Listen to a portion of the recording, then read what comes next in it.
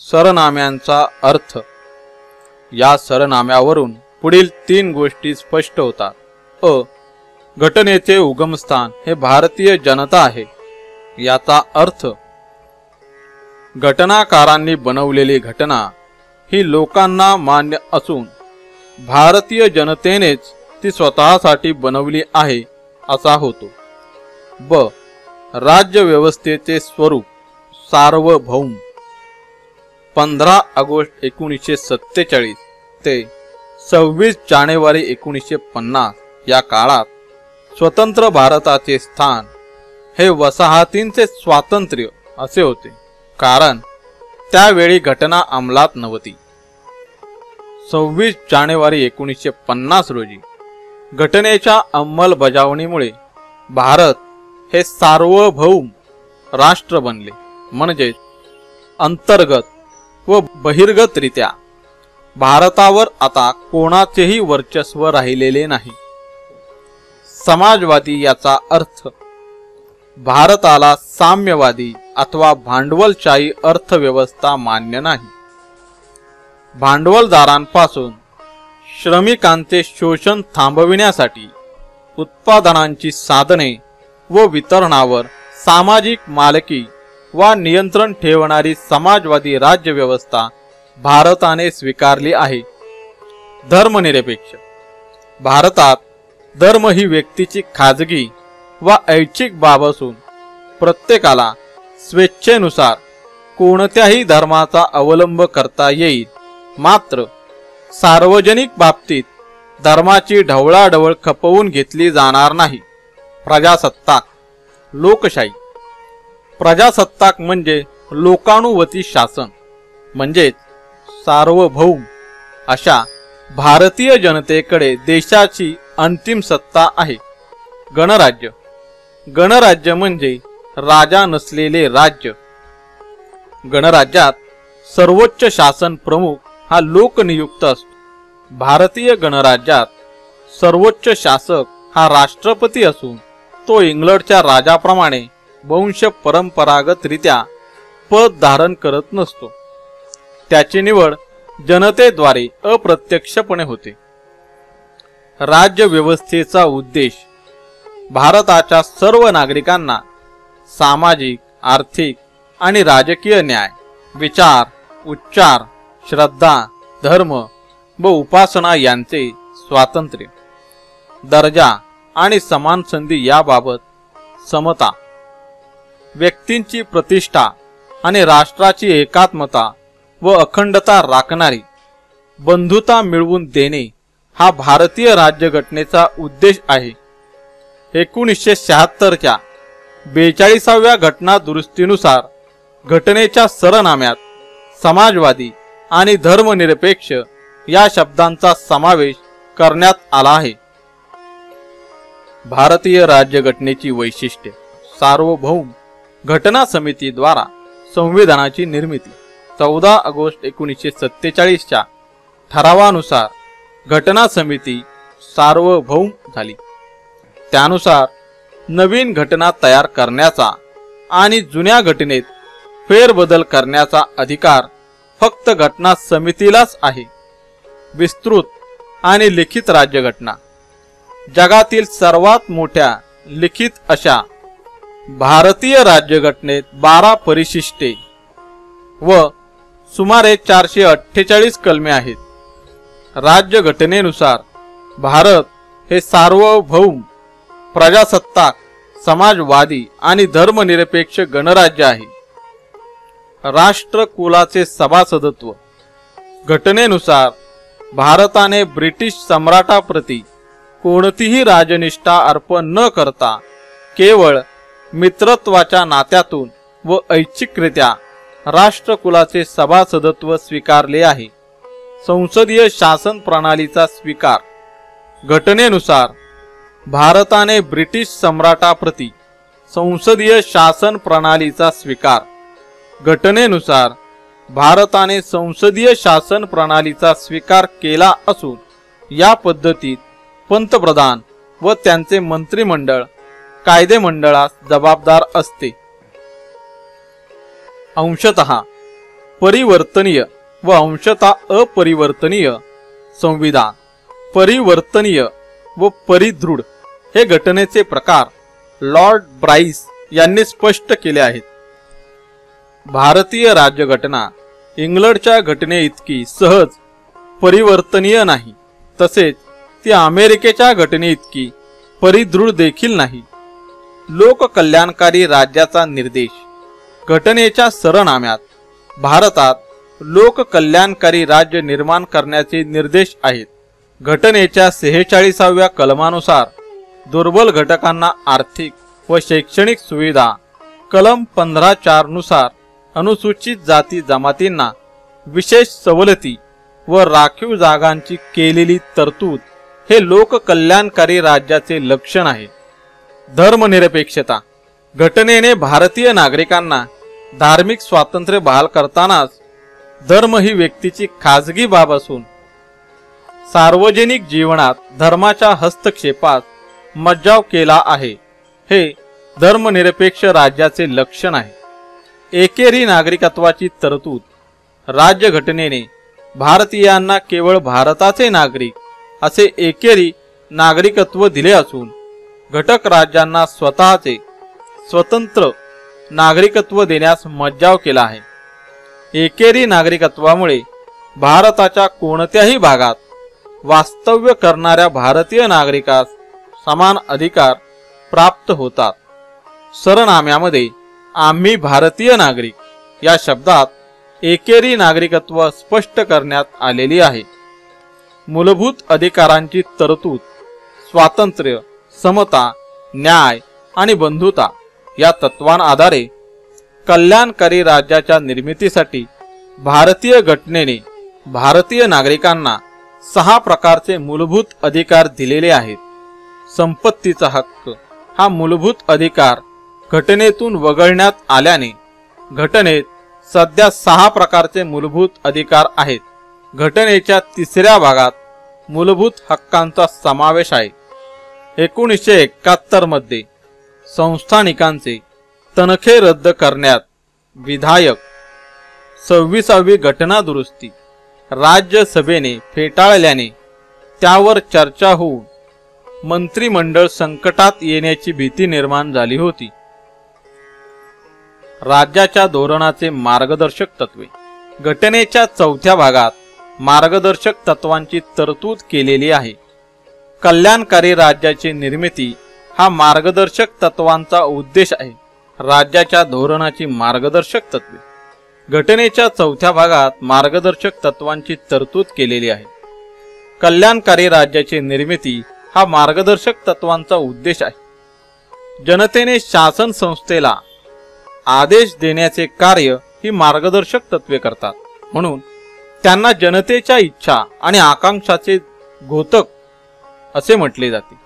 मार्गदर्शक तत्वांना कायदेशीर मान्यता नसल्याने त्यांची अंमलबजावणी केलीच पाहिजे असा आग्रह शासन संस्थेवर करता येत नाही. न्यायालय आणि संसद यांचे श्रेष्ठत्व भारतीय राज्यघटनेने इंग्लंड सारखे संसदेचे श्रेष्ठत्व आणि अमेरिकेसारखे न्यायमंडळाचे श्रेष्ठत्व न स्वीकारता या दोहांच्या मधला मार्ग स्वीकारला आहे.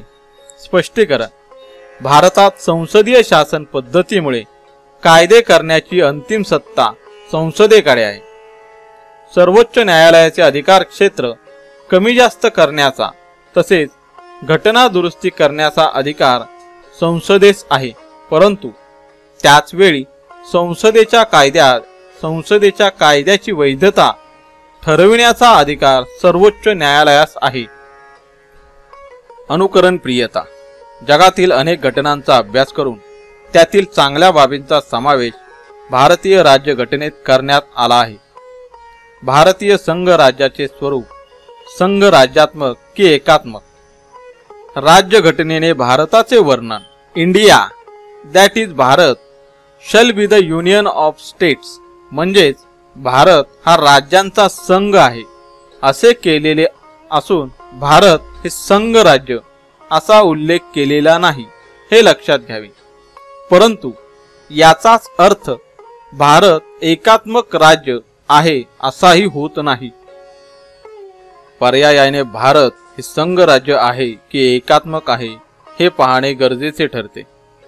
भारतीय संविधानानुसार भारताचे संघ राज्यात्मक स्वरूप, विकेंद्रीकरणास प्राधान्य आणि अधिकारांची विभागणी, केंद्र व घटक राज्य यामधील अधिकारांची व विषयांची विभागणी हे संघ राज्यात्मक पद्धतीचे निर्देश आहेत।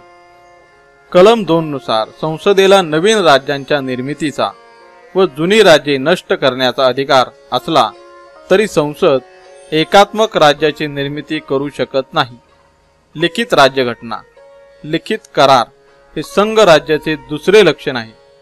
त्यानुसार भारतीय संविधान हे जगातील सर्वात मोठे लिखित संविधान आहे। परिदृढ अथवा अपरिवर्तनीय राज्यघटना, अपरिवर्तनीय करार हे संघ राज्याचे तिसरे वैशिष्ट्य आहे। संघ राज्याची घटना ही परिदृढ असलीच पाहिजे। भारतीय घटनेतील एखाद्या दुरुस्तीसाठी संसदेच्या उपस्थित सदस्यांचे 2/3 बहुमत लागते। म्हणजेच भारतीय घटनेत सहज बदल शक्य नसल्याने ती अंशतः परिदृढ आहे। हे वैशिष्ट्य भारताचे संघ राज्यात्मक स्वरूप स्पष्ट करते। न्यायमंडळाचे श्रेष्ठत्व, भारतात केंद्र राज्य संघर्ष सोडविण्याचा, घटनेचा अर्थ लावण्याचा, नागरिकांच्या मूलभूत हक्कांचे संरक्षण करण्याचे अधिकार सर्वोच्च न्यायालयास आहेत। अशा प्रकारे न्यायमंडळाचे श्रेष्ठत्व हे संघ राज्याचे लक्षण देखील भारतात आढळते। यावरून भारत हे संघ राज्य आहे हे समजते।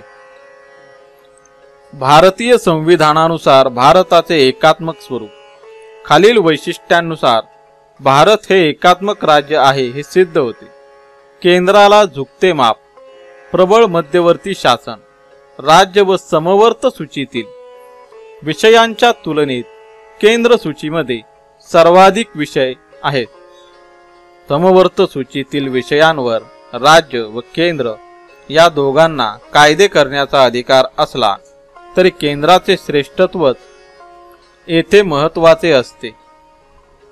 संपूर्ण भारतासाठी एकच राज्यघटना, संघ राज्यात प्रत्येक घटक राज्याला स्वतःची घटना असते, परंतु भारतात कोणत्याही घटक राज्याला स्वतःची स्वतंत्र घटना नसून संपूर्ण भारतासाठी एकच राज्यघटना अस्तित्वात आहे।